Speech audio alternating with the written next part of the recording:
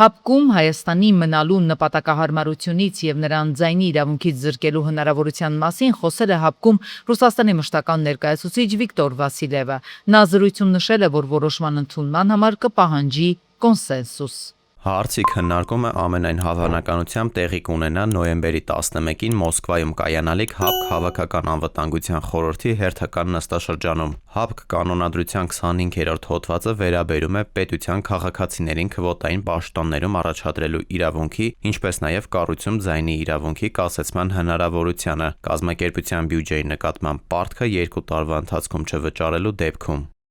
Ռուսաստանի եւ Հայաստանի միջև ապրանքաշրջանառությունը կրճատվել է մոտ 2/3-ով։ Այս մասին հայտնել է Ռուսաստանի Դաշնության կառավարության փոխնախագահ Ալեքսեյ Օվերչուկը։ Նա նշել է, որ 2024 թվականին երկու երկրների ապրանքաշրջանառությունը հասել էր ռեկորդային շուրջ 12 միլիարդ դոլարի, սակայն հետագայում զգալիորեն նվազել է։ Օվերչուկը հավելել է, որ նման զարգացումը կանխատեսելի էր եւ ԵԱՏՄ-ի ու Հայաստանի հարաբերություններում առկա հնարավոր ռիսկերի մասին հայկական կողմին նախապես զգուշացրել էին։ На самом деле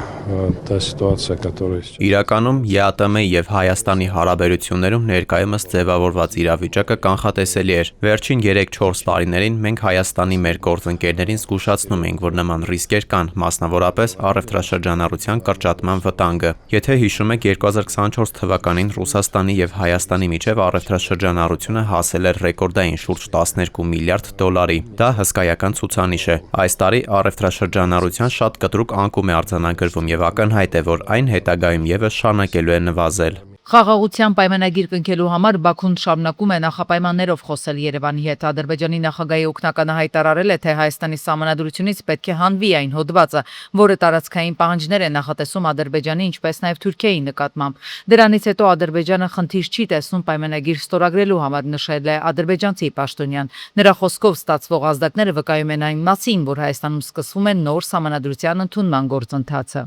Նա վարչապետին հասկացնում է, որ դու սահմանադրական մեծամասնություն չունես, դա չի նշանակում, որ ձեր կողմը կարող է պարտավորությունները չկատարել եւ անկախության հռչակագիրը չեղավ չհայտարարել սահմանադրությունից։ Գտիլ ճանապարհ Հայաստան ներքին գործ ունի այլ։ Ադրբեջանը կարող է շատ հանգիստ միջամտել Հայաստան ներքին գործերին, որը ներքին չի արդեն, որտեղ այդ գործերն վերաբերվում են Ադրբեջանին։ Հայաստանը կապիտուլյացիա ենթարկված երկիր է։ Դա նշանակում է, որ Ադրբեջանը ցանկացած բան կարող է պահանջել։ Աշխարհահռչակ տնտեսագետ եւ հրապարակախոս Սև կարավ գրքի հեղինակ Նասիմ Թալեբը հայտարարել է, որ հրաժարվել է Ադրբեջան մեկնելու առաջարկից, չնայած կազմակերպիչների կողմից հոնորարի բարձրացմանը։ X-ի իր էջում նա գրել է, որ չի այցելի Ադրբեջան, քանի դեռ Ռուբեն Վարդանյանը շարունակում է մնալ այնտեղ անազատության մեջ, ընդգծելով, որ իր որոշումը պայմանավորված է էթնիկական սկզբունքներով։ Երևանում տեղի է ունեցել անի պատմական կամրջի վերականգնման հարցերի Հայաստան-Թուրքիա համատեղ աշխատանքային խմբի երկրորդ հանդիպումը։ Կողմերը կարևորել են 2026 թվականի մայիսի 4-ին ստորագրված արձանագրության իրականացումը եւ ընդգծել պատմական կամրջի համատեղ վերականգնման գործընթացի շարունակականությունը։ Հանդիպման ընթացքում պայմանավորվածություն է ձեռք բերվել շարունակել աշխատանքները արձանագրության շուտապույտ կյանքի կոչման ուղղությամբ։ Խորհրդայնացումից ի վեր Բաքուն մշտապես փորձել է այս կամ այլ կերպ մեծացնել սեփական իշխանության ազդեցությունը Նախիջևանում։ Հիմա արդեն հայկական հողը, որ ինքնավար հանրապետության կարգավիճակում Ադրբեջանի տարածքում է, գրեթե ամբողջությամբ կորցնում է ինքնուրույնությունը։ Վերջին փոփոխություններով Բաքուն խստացնում է իր վերահսկողությունը Նախիջևանի կառավարման նկատմամբ։ Ադրբեջանի նախագահի կողմից նշանակվող լիազոր ներկայացուցչության ինստիտուտը դառնում է շրջանի կառավարման առանցքային օղակը, անմիջականորեն կապելով Նախիջևանի վարչական համակարգը երկրի կենտրոնական իշխանության հետ։ Փորձագետների գնահատմամբ սա երկարաժամկետ գործընթաց է, որի բուն նպատակը վերջնարդյունքում կառավարման առանձնացված մեխանիզմների վերացումն է։ Հիմա երբ Ադրբեջանը մեծ հաշվով լուծել է կամ կարծում է, որ լուծել է Արցախի հարցը, որտեղ այլևս չկա առանձին կարգավիճակ, որը ամբողջովին ենթարկվում է կամ տոտալ վերահսկման ներքո է գտնվում կենտրոնական իշխանությունների, հիմա ըստ երևույթին Բաքվում կարծում են, որ ժամանակն է եկել նաև Նախիջևանի խնդիրը լուծել, նաև ապագայում, այսպես ասենք, ապահովագրելով իրենց այս կամ այն հնարավոր անջատողական կամ այլ տիպի գործողություններից։ Նախիջևանի կարևորությունը Բաքվի բռնապետական իշխանությունների աչքին ընդգծվում է տարածաշրջանային զարգացումների հետնապատկերում, մասնավորապես Հարավային Կովկասում հաղորդակցությունների ապաշրջափակման, անվտանգության ճարտարապետության վերաձևակերպման եւ աշխարհաքաղաքական մրցակցության պայմաններում փաստացի Բաքուն հենց այս ժամանակահատվածում է կենտրոնանում ռազմավարական նշանակություն ունեցող այս տարածքի նկատմամբ առավել խիստ վերահսկողություն հաստատելու նպատակի վրա։ Ավելին, Իրանի հետ սահմանին անցնող հայ-ամերիկյան ճանապարհը Միացյալ Նահանգների նախագահ Թրամփի պատվին կոչված խաղաղության ու բարգավաճման թրիփ ուղին Հայաստան-Ադրբեջան նախախաղաղության Ամերիկայի գագաթնաժողովում ստեղծվեց հենց ապահովելու ադրբեջանցիների անխոչնդոտ անցուդարձը Նախիջևանից դեպի Ադրբեջան եւ հակառակ ուղղությամբ։ Այսպես կոչված միջանցքային տրամաբանությունը, երբ Բաքուն բարբերաբար այսպես կիրառում է, այդ թվում նաև թրիփը, իր կենտրոնական նպատակն այն է, որպեսզի ամբողջ տարածքը, որոնք գտնվում են միջազգայինորեն ճանաչված Ադրբեջանի Հանրապետության կազմում, լինի այսպես միահյուսված ադրբեջանական ամբողջ տարածքի հետ եւ չլինեն այսպես առանձնացված կամ ստրուկտուրալ կառուցվածքներ, ինչպիսին էր Նախիջևանը։ Այս գործընթացը ըստ ամենայնի դեռևս ավարտված չէ եւ Նախիջևանի կառավարման համակարգում փոփոխություններ ըստ մասնագետների տարածաշրջանային քաղաքական զարգացումներին զուգահեռ դեռ շարունակվելու են։ Միաժամանակ փորձագետ վերլուծաբանները նշում են, որ դրանք կարող են նոր շեշտեր դնել Հարավային Կովկասի հաղորդակցային թար նախագծերի վրա։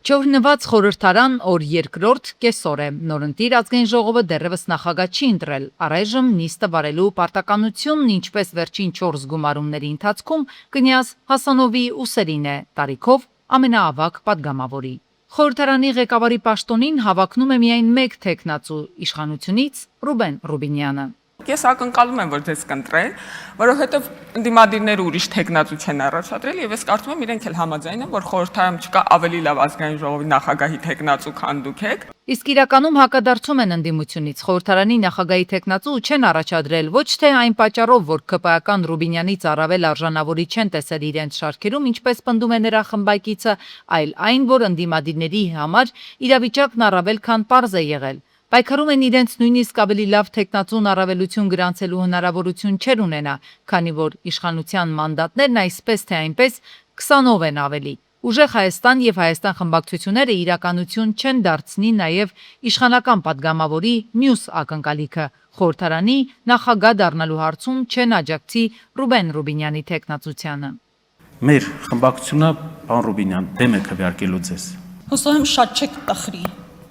որ ես ձեզ կողմ չքվեարկեմ,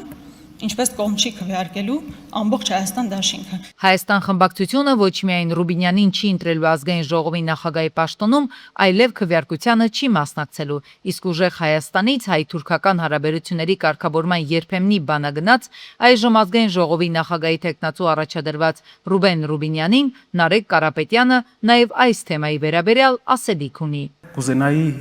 մեր հարաբերությունները Թուրքիայի հետ զարգանային այնպիսի ռակուրսով, որ մեր խելացի երիտասարդները Ադանան որպես քյաբաբ չճանաչեին, այլ իմանային, որ դա մեր հայրենիքի մի մասն է։ Հայաստանի Հանրապետություն չէ, այլ երկրի հանրապետություն է, բայց իմ հայրենիքի մի մասն է։ Ադանա քաբաբը սիրելու մասին երեք հենց ինքը Ռուբինյանն էր հայտարարել։ Ընդդիմադիրների հարցինի պատասխան Թուրքիայում հետազոտություն իրականացնելու տարիների մասին պատմելիս։ Հիմա նոր ազգային ժողովի ըստ էության առաջին քննարկումն ամփոփելով, չնայած տարաձայնություններին, Ռուբեն Ռուբինյանը ընդդիմության հետ երկխոսությունը վատը չի համարում, որևէ падգամավոր առայժմ չի տուժել, ընդգծում է։ Ընդհանուր առմամբ հարգելի գործընկերներ, ես կարծում եմ, որ քննարկումը վատը չէր եւ ես կարծում եմ, որ ի պատիվ մեզ բոլորիս բավականին բարձր մակարդակ էր քննարկումներում։ Ես համարում եմ, որ դուք ընդունել եք իմ առաջարկը եւ համարում եմ, որ Տիկին Գրիգորյանն էլ է ընդունել իմ առաջարկը բարեկիրթ լինելու։ Իդեպ Տիկին Գրիգորյան, ես չեմ առաջարկել «Ребята, давайте жить дружно», ես առաջարկել եմ լինել «Ребята, давайте быть բարեկիրթ»։ Նորընտիր խորհրդարանում առանց հնարավոր իրարանցման անցնում է նաև առաջին քվեարկությունը։ Արդեն իսկ հայտարարված համամասնությամբ բացառապես կուսակիցների աջակցությամբ Ռուբեն Ռուբինյանը 9-րդ գումարման ազգային ժողովի նախագահն է։ Մեծարգո պարոն Հասանով, իմ եւ բոլորիս անունից շնորհակալություն ենք ձեզ հայտնում։ Հերթը Ռուբինյանի տեղակալների ընտրությանն է, ԿՊ-ն իրեն հասնող երկու տեղում առաջարկում է падգամավորներ Վահագն Ալեքսանյանի եւ Հայկ Կոնջորյանի թեկնածությունները։ Ընդդիմության աթոռի համար առաջադրվելու է Ուժեղ Հայաստանից Արամ Վարդևանյանը։ Վարչապետի որոշմամբ Լիլիթ Մակունցը ազատվել է Փաշինյանի գլխավոր խորհրդականի ժամանակավոր պաշտոնակատարի պարտականություններից, մեկ այլ որոշմամբ Մակունցը նշանակվել է վարչապետի աշխատակազմի ղեկավար։ Կառավարության մոտ կրկին բողոքի ակցիա են իրականացրել ԲՀԿ առաջնորդ Գագիկ Ծառուկյանին պատկանող տարբեր հիմնարկների աշխատողները։ Գրեթե մեկ ամիս է նրանք պարապուրդի են մատնված, արդեն ապրուստի խնդիր ունեն, չգիտեն իրենց ով է աշխատավարձ տալու, ամեն չաշխատած օրը իրենց լուրջ ֆինանսական խնդիրների առջև է կանգնեցնում։ Կառավարությունում իրենց ընդունած պաշտոնյային հարցրել են, երբ են բացվելու հիմնարկները, երբ են կալանքից հանվելու բանկային հաշիվները եւ ով է վարձատրելու մարդկանց։ Հարցերը, սակայն, անպատասխան են մնացել։ Մենք մեր ակցիաները շարունակելու ենք այնքան, մինչև մեր հիմնարկությունները բացվի։ Պետք է կքնենք այս շենքի տակ, պետք է այս դռների մոտ այնքան կսպասենք, մինչև անձամբ պարոն Փաշինյանին տեսնենք եւ այս նույն հարցերը տանք, որովհետեւ նորից եմ կրկնում, այն ինչը որ կատարվում է հիմա, դա ապօրինի է։ Մեր խնդրանքը կառավարությանն է, ինչպես նաեւ հանձինս պարոն վարչապետին, որպեսզի թույլ տա օր առաջ դադարեցնենք այս գործազրկությունը եւ մարդիկ վերաբացվի եւ մարդիկ կարողանան արդեն նորմալ անցնեն իրենց աշխատանքային բնականon հունին, որովհետեւ այլ կերպ սա, չգիտեմ, դիտվում է արդեն որպես մարդկանց եւ հոգեբանական եւ ֆինանսական տեռոր։ Ներքին գործերի նախարարությունը հայտնել է, որ Երևանում 22-ամյա երիտասարդ է ձերբակալվել թմրամիջոցների ապօրինի շրջանառության կասկածանքով։ Նրա մոտ եւ ավտոմեքենայում հայտնաբերվել են մարիխուանային նմանվող զանգվածով բազմաթիվ փաթեթներ, ինչպես նաեւ թմրամիջոցի փաթեթավորման պարագաներ։ Քննչական գործողությունների արդյունքում հայտնաբերվել է ընդհանուր 70-ից ավելի փաթեթ, իսկ նախաքննությունը շարունակվում է։ Շիրակի մարզում կփոխվի վարորդական գործնական քննության մեկնարկային կետը, քաղաքացիների գնահատմամբ ներկայիս հատվածը ծանրաբեռնված է երթևեկությամբ եւ բեռնատարներով, լրացուցիչ դժվարություններ ստեղծելով քննություն հանձնողների համար։ Նրանց առաջարկները հաշվի առնելով ներքին գործերի նախարարը հանձնարարել է տեղափոխել մեկնարկային կետը։ Մասնագետները սակայն նշում են, թե նոր երթուղին պետք է ընտրվի այնպես, որ հնարավոր լինի ստուգել սահմանված բոլոր հմտությունները։ Միաժամանակ նրանց կարծիքով գործող գործնական քննությունը լիարժեք չի արտացոլում իրական երթևեկության պայմանները։ Ավելի կարևոր, ավելի պրակտիկ հմտություններ պետք է ներառել, այն ինչ որ ռեալ փողոցում պետք է գալիս, ոչ թե այն ինչ որ ասում ես պահանջում են, մարդը գալիս այդտենց անում է, հետո հելում է փողոց, ավելի պետք է լրջակնել այս մոտեցումը, թե ով իրավունք ունի քշի։ Օրինակի համար մինչև վարորդական քննություն մտնելը պահանջվի մարդ պայմանական ունենա, ենթադրենք 20 ժամ վարորդական դպրոցի դասերի մասնակցության սերտիֆիկատ։ Ոչ թե ինքը համարի, որ ծնողները սովորացել են, ես համարում եմ, որ բավականին փորձառու վարորդ եմ, այսքանը հերիք է։ Հենա խմելու ջուրը չի։ Հաչափնյակ վարչական շրջանի Արաքելյան փողոցում օրեր առաջ էր, որ բնակիչները ասֆալտի նստվածք, հետո արդեն ջրի կորուստ նկատեցին։ Հոսքն այնքան ուժեղ էր, որ նաև նկուղներ էր ջուրը լուծվում, իսկ ճանապարհն էլ ամեն օր ավելի վտանգավոր դառնում։ Ստեցակը բացի, ասի փորձում եմ հասկանամ տենոնես ջուրը որտից է գալ։ Որովհետև ասեմ չի չորանում ինքը, էլի, որ ես մտածեմ պատերից սա կամ ինձանից սա։ Կամ անձրևա եկել, լցվել է, հետո հա։ Անձրևա եկել, ըստեղը ես ջրագիծ չունեմ էլի, որ ասեմ ինձ ջրագիծն է։ Ես եմ ջրագծերը սա փոխել եմ հակառակ թևի կողմնա, ես որպես երրորդ կում միշտ տուժում եմ։ Այս օրերին բնակիչները ոչ Հաչափնյակ վարչական շրջանի ղեկավարից, ոչ էլ Veolia ջուրընկերությունից չէին կարողացել հստակ պատասխան ստանալ։ Ի վերջո ով է պատասխանատու այդ ամենի համար, ում կարող են դիմել խնդիրը վերացնելու համար։ Տրանսպորտը, ավտոմեքենաները չեն կարող այստեղով անցնեն։ Այն օր ասում է մի քիչ ներքև մարդ հավատացե, շտաբօգնությունը եկել այնտեղ կանգնելա ոտով, շտաբօգնությանը տարել են։ Եվ հրապարակումից հետո Երևանի քաղաքապետի հանձնարարությամբ Հաչափնյակ վարչական շրջանի ղեկավարի աշխատակազմի ու Veolia ջուրընկերության համատեղ աշխատանքի արդյունքում խնդիրը հայտնաբերվեց ու լուծվեց։ Ինչ լավ է, որ միշտ սենց օպերատիվ գործեն, համագործակցեն իրար հետ, քաղաքապետարան, Veolia ջուր, հաստատ առաջինը իրենք կշահեն, հետո բնակիչը։ Խմելու ջրի կորուստ կա նաև Հրազդան խոշորացված համայնքի վերին աղբյուրակ թաղամասում։ Այստեղ 2 ամիս է, որ այդ պատկերն է, խողովակն է վնասվել։ Բնակիչները ջուր չունեն, փոխարենն այն փողոցով աննպատակ հոսում է, լցվում նկուղներ։ Իսկ ժողովուրդ Veolia ջուր զանգել եք։ Գնացել ենք, թեժ գիծ եմ զանգել։ Ինչ են ասե։ Ոչ մի բան։ Մի հատ տրակտոր անդամեն Հրազդան քաղաքում Բոլոր տեղերը կորուղի ասում, մեր մարդիկ չեն հա։ Չգնա չկորի, նույնիսկ մարդիկ էլ կային նշում են, որ ջուրը գալիս, լցվում է իրենց տան նկուղներ։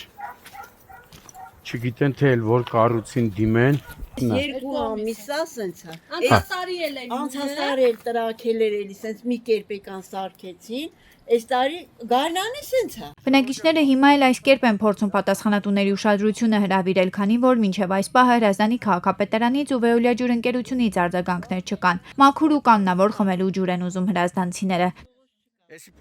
Քիչ առաջ դեղատնից գնեցի մի պրոդուկտ, դեղամիջոց, որից հաճախ եմ գնում ու մոտավոր գինը գիտեմ։ Մի պահ զարմացա, երբ վաճառողը ասեց, որքան պիտի վճարեմ, հետո նայեցի ժամին 12:15 էր գիշերվա։ Հիշեցի, որ գիշերային հարկ եմ վճարում։ 12 է դրա համար է թանկ, 8% ինձ փոփեց վաճառողը։ Ենթադրում եմ, ըստ ապրանքի գինը տարբեր տոկոսով է բարձրանում։ Սոցիալական ցանցերում դժգոհում են, որ նույն դեղամիջոցը կեսգիշերից հետո ավելի թանկ են գնում։ Բողոքում են նույն ապրանքը նախկինում բազմիցս գնել են ավելի էժան ու պնդում են, որ գնի տարբերությունը պայմանավորված է եղել միայն վաճառքի ժամով։ Պարզվում է նման դեպքերը եզակի չեն։ Գիշերային ժամերին աշխատող որոշ դեղատաներում նույն ապրանքի արժեքը կարող է բարձրանալ։ Վաճառողները հաճախ դա բացատրում են ծրագրային փոփոխությամբ կամ գիշերային սպասարկմամբ։ Սակայն արդյոք օրենքը սահմանում է, թե որքան կարող է թանկանալ դեղը։ Ես իմ մեկնաբանությունը կարամ ասեմ, որ կա հավելյալ վճարներ գիշերը ժամը 24:00-ից օրինակ Երևանում աշխատելու համար, եթե չեմ սխալվում, տարեկան տունքը 250,000 դրամ է, հետո գիշերային աշխատողներին բնականաբար վճար տալը եւ այլն։ Դրա հիման վրա, չգիտես, հավանականությամբ տնտեսվարողը այդ բեռը բարձրացնում է արդեն դեպի սպառողը։ Մասնագետի խոսքով շատերը կարծում են, թե գործում է հատուկ գիշերային հարկ, սակայն իրականում նման հարկ գոյություն չունի։ Եթե որևէ դեղատուն գիշերային ժամերին բարձրացնում է գինը, դա տնտեսվարողի գնային քաղաքականության հետևանքն է, ոչ թե առանձին պետական վճար։ Սակայն այստեղ առաջանում է մեկ այլ հարց. ով է վերահսկում, որքան են հիմնավոր այդ բարձրացումները։ Արդյոք հրա հետ կապված կա վարչարարություն կամ որևէ բան, այդ մասով իմ իմանալով չկա նման բան։ Այսինքն տնտեսվարողն է որոշում իր ապրանքը ինչ գնով վաճառել։ Այսպիսով, եթե կեսգիշերից հետո նույն դեղամիջոցն ավելի թանկ եք գնում, դա չի նշանակում, որ վճարում եք գիշերային հարկ։ Ավելի հավանական է, որ տվյալ դեղատունը գիշերային ժամերի համար կիրառել է իր կողմից սահմանված գնային քաղաքականությունը, իսկ սպառողներին մնում է համեմատել տարբեր դեղատների գները եւ ընտրել իրենց համար առավել շահավետ տարբերակը։